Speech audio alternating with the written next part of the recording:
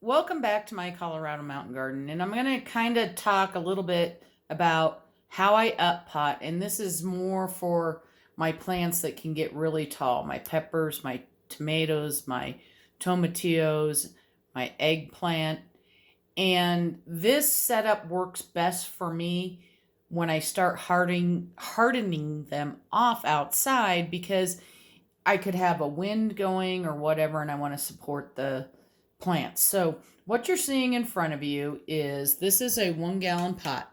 This is what I hold everything in once it goes from the solo cup. This tray right here is an 8-inch deep tray, and the tray is about 3 inches tall. So, my solo cup is about 4 inches tall. Now, my grow lights can only handle 12 inches. So that means wherever the plant is, so it's already got 4 inches. So I get another, you know, 6 to 8 inches going up. So when it gets to that point, I end up putting this cup into one of these. For peppers, the soil line is going to be the same as it is in the cup. So I'll drop it down to where the cup is. For tomatoes, I'm going to drop this down. I'll probably put about a 1/2 inch of soil down here at the bottom, but then I'm going to drop that tomato way down because they have the little hairs on them, and you get a really thick stalk. So you start getting a plant that's very thick and healthy with its stem, and in the indeterminate varieties it's even more important that you have that thick stem because otherwise they can tip over, they can break, and everything else. And again, when I put them in, whether it be a pepper or a tomatillo, a tomato, or whatever in this pot, I'm going to put a skewer in. These skewers are 18 inches long.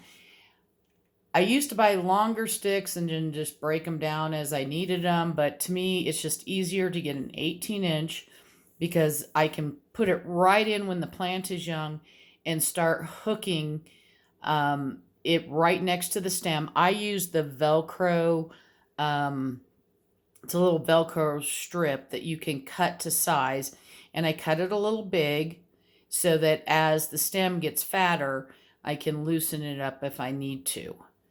So I like these trays because normal trays are about 1 inch to 1.5 inches, and on these nursery pots, that's about as tall as the hole or the notch that's out in the side because they don't usually have holes in the bottom on the nursery pots. They're on the sides. And there's a little bit cut out underneath. So if I only had a tray this big, and let's say I did an 8-inch tray, but normally I'm doing a wider tray, then it'll drink all that water and then I gotta come back and re-water it. So for me, it's easier to just water in here. I know this is enough that it can absorb down, and there's not gonna be a lot of residual after it absorbs up. So I don't have to water as often. When it's in those big trays, once it gets down below, because these have ridges on the bottom, so your pot's not sitting right on the bottom of the tray, so it has ridges, but then you have to wait for it to absorb that up, and it doesn't. They do an okay job, but for me, this is just what has worked for me. When I can't see any more water in there, then I have to start watching.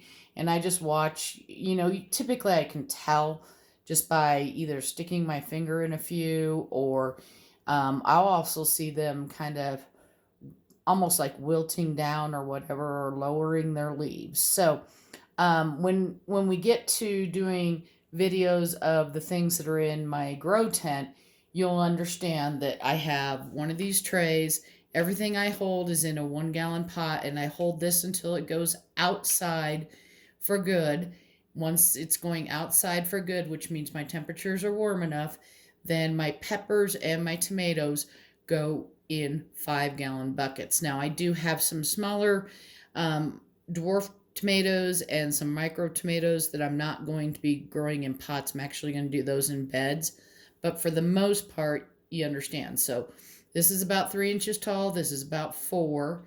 And then this stick right here is 18. And these are bamboo sticks. I'll bring it up to the camera here. And they're great because unless they get really weirdly bent, I usually reuse them at least for a couple years. Once they start getting a weird bend in them or something like that, or it looks like there's fungus growing on them. But bamboo's really good at you can stick it in water and soak it with some bleach or spray it with alcohol or whatever. Put it away, let it dry, and reuse them year after year. The other reason why I like these versus the other stuff is that once I'm done with them, they make perfect kindling for my fireplace. I hope you're having a wonderful day and happy gardening.